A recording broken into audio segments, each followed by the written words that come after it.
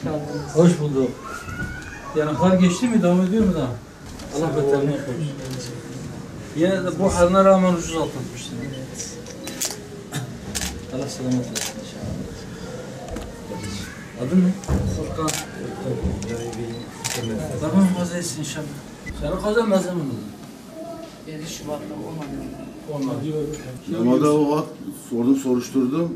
O hatın normalde yan altına çıkmaya lazım. Ekip de geldi.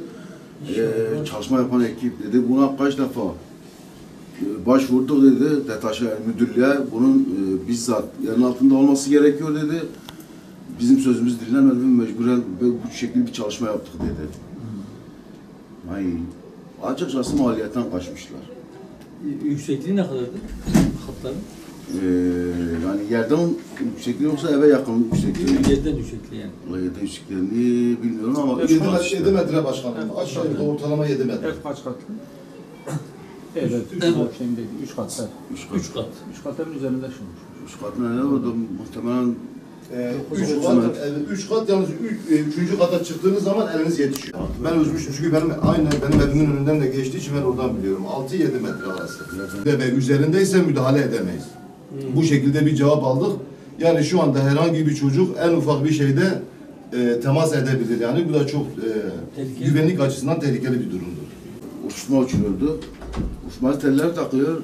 Evin çatısında da bu köşebent var. Alüminyum üstü plastik kaplı. O plastiğe aldanıyor. Neden uçmasını uzatınca daha temas etmeden Atlama yapar. temas etmeden çekmiş onu. Dediğine göre. Şu normal bir hat olsa bir şey olmaz yani. Sanayidir hocam bu başkanım. Bu Sanayi. normal bu salamik köşebentleri yok. Profili bu şey Demir çubuğu. demir çubuğu. Atarken daha varmadan zaten esneme yapıyor o demir. Yani daha şey yapmadan çekmiş onu yani farkında değil. Yanında bir tane de arkadaşı yanında var. Yürü demese de elektrik alırsın. Çekiyor. Atlama da yapar. Çekiyor 60 santim zaten 60 santim bir mesafede sanayi o zaman elektrik çekiyor onu. Yani. Evet.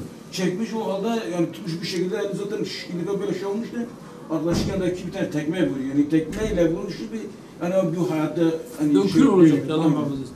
Yani yine o yüzden dedim hani yüksek gelirse bu haliyle bile ucuz tutulmuş. Yani o Gönderdiği başvurdu. Normal protez işte. Onu sadece ayakta lavaboya falan gidebilmesi için. Evet. Onu taktırdık.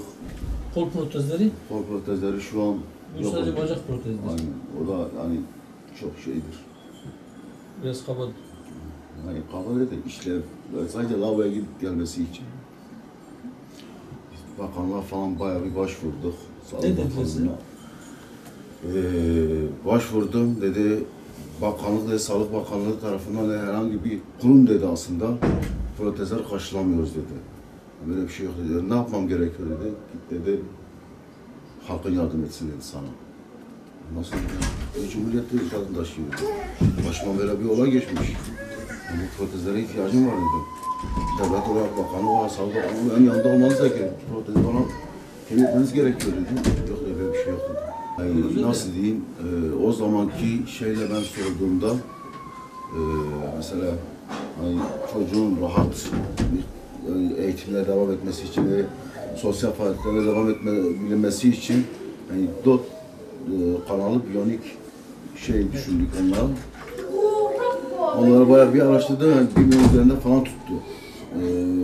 Dedim bakanlık böyle bir şey en azından yarısını falan böyle karşılayabilir mi?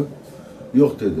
Mesela 1 milyona dedi, her bir kolu için yanlışım yok o zaman 1000 lira, 2000 lira, bacağı için 2500 lira. 2500 TL. Yani 1 milyona onu karşılar. Onu da dedi, ödemesini kendin yapacaksın. Elindeki faturalarla falan Ankara bilmem nereye başvurup onu vereceksin. O 4500 lira öyle verecek. Dedim onu vereceğim. Dedim ondan da. Bunu da istemem dedim. Bu protez için bakalım elde ne gelirse uğraşacağız. Teşekkür ederim her şey için.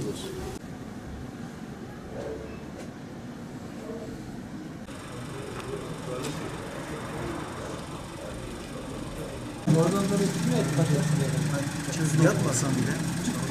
Yatmasan da.